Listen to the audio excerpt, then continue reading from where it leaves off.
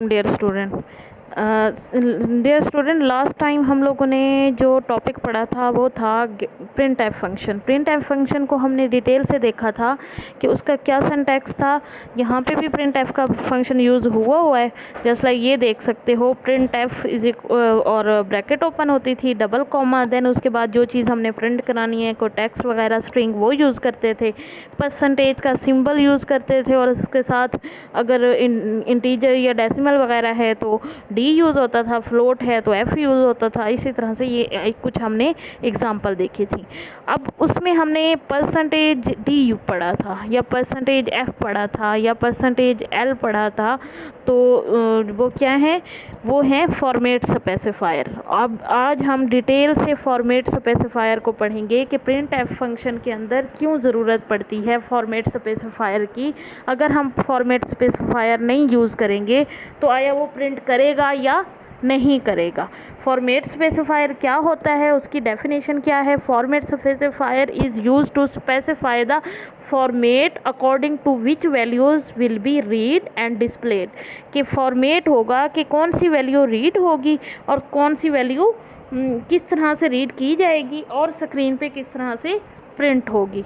ठीक है, ये तो आपको पता है कि आपकी स्क्रीन जो है, ये आप लोग लास्ट ईयर भी पढ़ चुके हो। आपकी जो स्क्रीन होती है कंप्यूटर की, वो किस फॉर्म में होती है, कॉलम्स की फॉर्म में डिवाइड होती है। बज़ाहिर नज़र नहीं आ रहा होता, लेकिन एक्चुअली जो भी कैरेक्टर होता है या जो भी बनता है वो कॉलम्स में सेल्स की फॉर्म में बनता है। ठीक है, तो फॉर्मेट स्पेसिफायर वही फॉर्मेट डिफ़ाइन करता है कि कितने कॉलम में आपका डाटा आएगा, कौन सी डाटा टाइप का डाटा आएगा, कौन सी वैल्यू होगी, वो वैल्यू किस शक्ल में प्रिंट होगी, कितने कॉलम को ऑक्यूपाई करेगी। ठीक है, तो फॉर्मेट स्पेसिफायर में तीन चीज़ें होती हैं। डाटा टाइप ऑफ वेरिएबल, यानी तीन चीज़ें डिटरमाइन करते हैं format specifier. Data type of variable, variable की डाटा टाइप क्या है। फील्ड विड्थ, फील्ड विड्थ क्या होती है। फॉर्मेट ऑफ द वैल्यू, कि वैल्यू किस शक्ल में, किस फॉर्मेट में प्रिंट की जाए। डाटा टाइप ऑफ वेरिएबल आप लोगों ने पढ़ा है। वेरिएबल आपका हमेशा जब भी मेमोरी बनती है वो कितने साइज़ में होगी, किस साइज़ में होगी, वो शो कराई जाती है। और डाटा टाइप ऑफ वेरिएबल में क्या होगा, वेरिएबल यानी वेरिएबल बगैर डाटा टाइप के ही डिक्लेयर ही नहीं किया जा सकता। ठीक है, और लाजिम बात है प्रिंट एफ में आपने सिर्फ कोई कैरेक्टर या स्ट्रिंग वगैरह तो प्रिंट करानी नहीं है, आपने उसमें वैल्यूज़ प्रिंट करानी है, रिज़ल्ट प्रिंट कराने हैं, कैलकुलेशन के रिज़ल्ट प्रिंट कराने हैं। तो उसके लिए ऑब्वियस थिंग है कि आप वेरिएबल जो है वो डिक्लेयर कराओगे, किसी मखसूस डाटा टाइप में डिक्लेयर कराओगे, तो उसकी वैल्यू को प्रिंट करोगे। तो पहले तो फॉर्मेट स्पेसिफायर ये डिफ़ाइन करता है आपकी डाटा टाइप क्या है, कौन से वेरिएबल, जो वेरिएबल आप प्रिंट कराने जा रहे हो उसकी डाटा टाइप क्या है। दूसरा फील्ड विड्थ, फील्ड विड्थ के कितने नंबर ऑफ कॉलम, जो स्क्रीन पे कॉलम्स होते हैं, कितने वैल्यू, हर वैल्यू कौन कौन से कॉलम में आएगी, कितने नंबर ऑफ कॉलम के अंदर वही वो प्रिंट कराए। उसके बाद फॉर्मेट ऑफ द वैल्यू है। फॉर्मेट में ये भी हो सकता है कि लेफ़्ट से राइट अलाइन करे, राइट से लेफ़्ट अलाइन करे। उसके अलावा मतलब पॉइंट्स कितने पॉइंट्स कितने वैल्यू में आए और क्या फॉर्मेट होगा, किस तरह से होगा, कितनी स्पेसेस आएंगी और कैसे आउटपुट शो की जाएगी। तो ये इसका फॉर्मेट स्पेसिफायर के यानी तीन चीज़ें डिटरमाइन करती है। सबसे पहले डाटा टाइप के वेरिएबल जब भी प्रिंट कराने लगेंगे फॉर्मेट स्पेसिफायर से ही पता चल जाएगा कि वेरिएबल की डाटा टाइप क्या है और कौन सी प्रिंट होगी। फील्ड विड्थ क्या है, कितने कॉलम में यानी कि वो प्रिंट होगी, और फॉर्मेट ऑफ द वैल्यू क्या है। और हमेशा जो भी फॉर्मेट स्पेसिफायर होगा वो कहाँ से स्टार्ट होगा, उसके लिए सिंबल कौन सा यूज़ करते हैं हम, परसेंटेज का। ठीक है, परसेंटेज का सिंबल जिस लफ्ज़ के साथ इस्तेमाल होगा आप प्रिंट एफ के अंदर देख लोगे कि वो क्या है, फॉर्मेट स्पेसिफायर है। अब फॉर्मेट स्पेसिफायर कितने तरह के होते हैं, तीन तरह के फॉर्मेट स्पेसिफायर होते हैं। इंटीजर टाइप के, कैरेक्टर टाइप के एंड फ्लोटिंग पॉइंट, यानी जितने तरह की आपके वेरिएबल हैं, डाटा टाइप्स हैं वेरिएबल्स की, उतने तरह के ही आपके पास फॉर्मेट स्पेसिफायर मौजूद होंगे। इंटीजर के कौन कौन से यूज़ होते हैं, percentage d, percentage i, percentage o small, percentage u small, percentage x small, percentage x capital. आपको ये भी तो मैंने पहले ही बताया था कि इसमें कैपिटल लेटर और स्मॉल लेटर डिफरेंट होते हैं।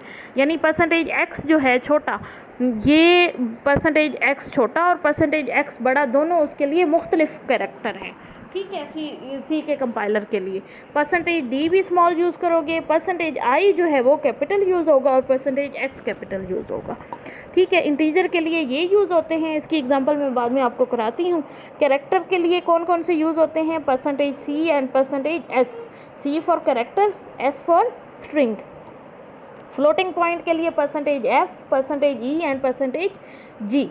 ठीक है, अब सिंटैक्स क्या है इसका? प्रिंट एफ के अंदर ही हमेशा फॉर्मेट स्पेसिफायर यूज़ होते हैं, कंफर्म बात है।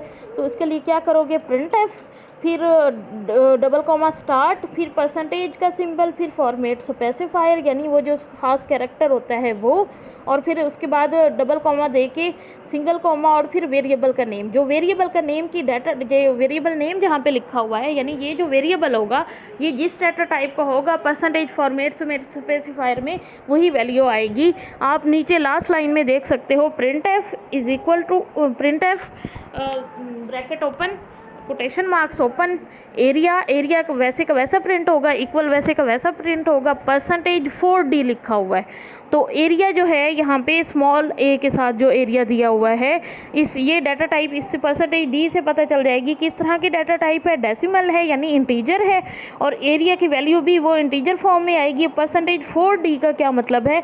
परसेंटेज 4D का मतलब है 4 क्या है? फील्ड विड्थ है यहाँ पे, कि टोटल कॉलम कितने होंगे? 4 होंगे, और 4 कॉलम में 4 कॉलम के अंदर ही ये वैल्यू प्रिंट की जाएगी।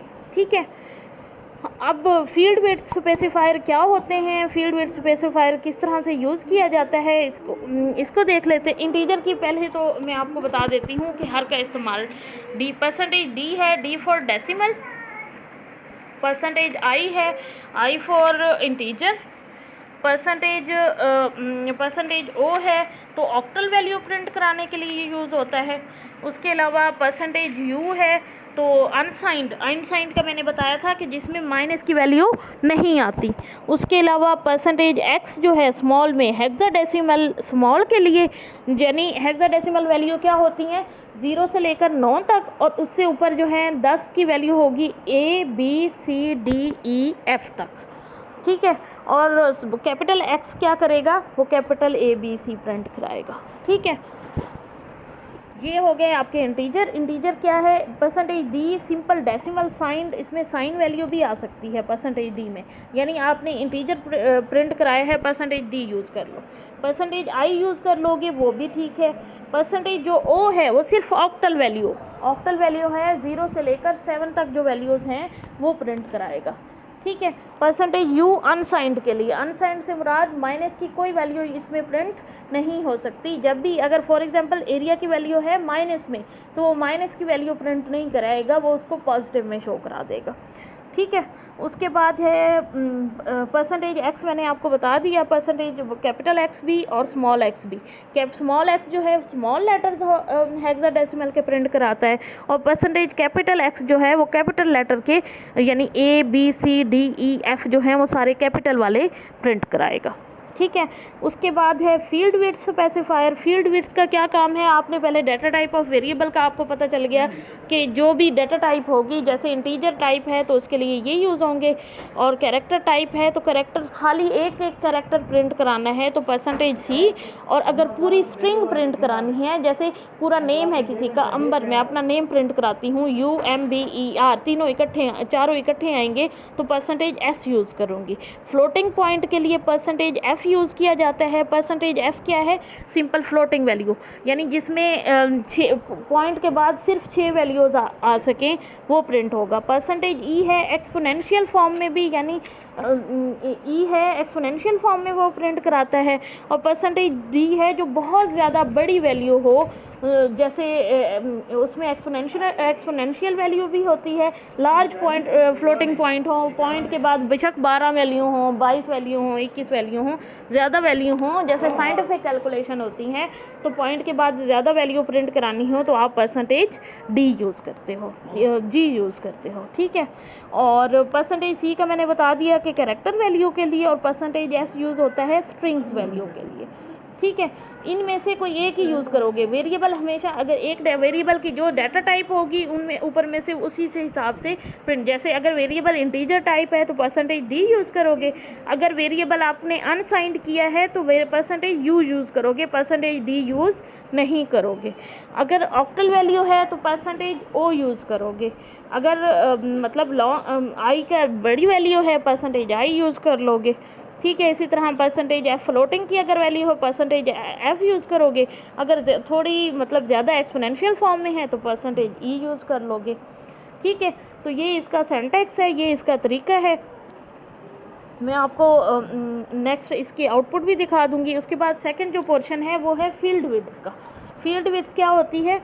The number of column used to display a value on the screen is called field width. कि कॉलम मैंने आपको अभी बताया कि डिस्प्ले जो जब भी आप स्क्रीन पे डिस्प्ले करते हो, स्क्रीन आपकी डिवाइड होती है कॉलम फॉर्म में, कॉलम यानी रोज़ की फॉर्म में, और जो एक पॉइंट जहाँ पे आप मिलता है रो और कॉलम आके मिलती है उसको कहते हैं पिक्सल या पॉइंट। ठीक है, तो जब भी जो भी आपके कैरेक्टर प्रिंट होंगे कितने कॉलम में होंगे, कितने कॉलम ऑक्यूपाई करेगा, उसको कहते हैं फील्ड विड्थ। ठीक है, कितने कॉलम वो ऑक्यूपाई करेगा। फॉर एग्जांपल एक वैल्यू है 50 और मैं चाहती हूँ कॉलम ऑक्यूपाई करे वो 5, और 5 में प्लस माइनस और स्पेस से पता चलेगा कि मैं आखिर से कॉलम स्टार्ट करना चाह रही हूँ, लेफ़्ट से स्टार्ट करना चाह रही हूँ, राइट से स्टार्ट करना चाह रही हूँ, या जिस शेप में आ रहा है बाय डिफ़ॉल्ट वो करना चाह रही हूँ। ठीक है, फील्ड विड्थ लिखने का तरीका क्या होता है? फील्ड विड्थ फ्लैग लिखा जाता है, फ्लैग से पता चलेगा लेफ़्ट टू राइट है या राइट टू लेफ़्ट है। विड्थ से पता चलेगा कितने कॉलम ऑक्यूपाई करेगा। डॉट प्रिसीजन से पता चलेगा, डॉट आएगा, डॉट के बाद प्रिसीजन, प्रिसीजन से मुराद ये है फ्लोटिंग टाइप वैल्यू होती है, जैसे पॉइंट के बाद यानी डेसिमल जो पॉइंट आता है, पॉइंट के बाद कितनी वैल्यू, तो वो प्रिसीजन से पता चलेंगी। जैसे % -4.5, तो उससे मुराद यह है कि %4 टोटल कॉलम कितने होंगे 4, पॉइंट के बाद कितनी वैल्यू आएंगी 5 आएंगी, यानी आपका पॉइंट से पहले वैल्यू 4 कॉलम में आएगी, पॉइंट के बाद 5 कॉलम ऑक्यूपाई करेगा। और माइनस से मुराद ये है कि लेफ़्ट टू राइट प्रिंट करेगा। ठीक है, माइनस से क्या मुराद है? लेफ़्ट टू राइट प्रिंट करेगा। मैं नेक्स्ट पेज पे आपको दिखा देती हूँ उसकी क्या आउटपुट किस तरह से आएगी। ये इसमें आप पिक्चर में देख सकते हो, कॉलम नंबर है फॉर एग्जांपल 1 2 3, टोटल कितने कॉलम हैं? 9 कॉलम है। वैल्यू क्या है असल, यानी मैंने प्रिंट करानी है तो मैंने लिखा 9 कॉलम है तो मैं लिखूँगी % -10d मैंने लिखा है, 10 कॉलम है, %-10d। और वैल्यू किसको प्रिंट कराना है? n की वैल्यू को। n की वैल्यू क्या है? 225। अब ये किस तरह से प्रिंट करेगा? अब ये इस शक्ल में प्रिंट करेगा।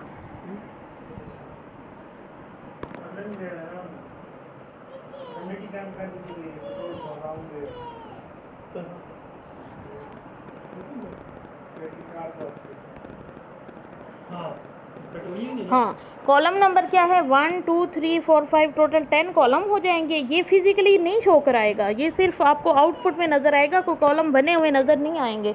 यानी आउटपुट में जो स्क्रीन आपके कॉलम बने होते हैं जो बेज़ाहिर नज़र नहीं आ रहे होते, लेकिन वैल्यू को उसी तरतीब से रखेगा।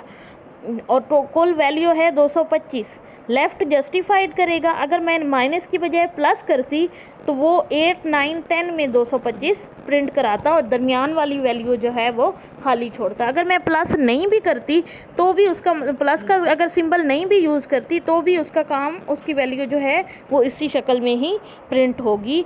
अगर मैं नहीं यूज़ करूँगी तो 8 9 और 10 जो हैं यानी वो प्लस का फंक्शन ही यूज़ होगा। ठीक है, तो ये नीचे टेबल में है, जैसे वैल्यू है 786 और फॉर्मेट स्पेसिफायर कर रहा है %4d। %4d में कुल कॉलम कितने हैं? 4 कॉलम है। 786 कहाँ पे शो कराएगा? ये 3 2 3 और 4 कॉलम में। ठीक है, -786 है तो माइनस वो उसी शक्ल में पहली जगह खाली नहीं छोड़ेगा, सो ऑनवर्ड इसी तरह वो करता जाएगा। अगर %1d है तो 1d से मुराद वो वैल्यू तो वो एक जगह भी खाली नहीं छोड़ेगा। आप बुक में भी पेज नंबर 253 254 में उसकी आउटपुट देख सकते हो।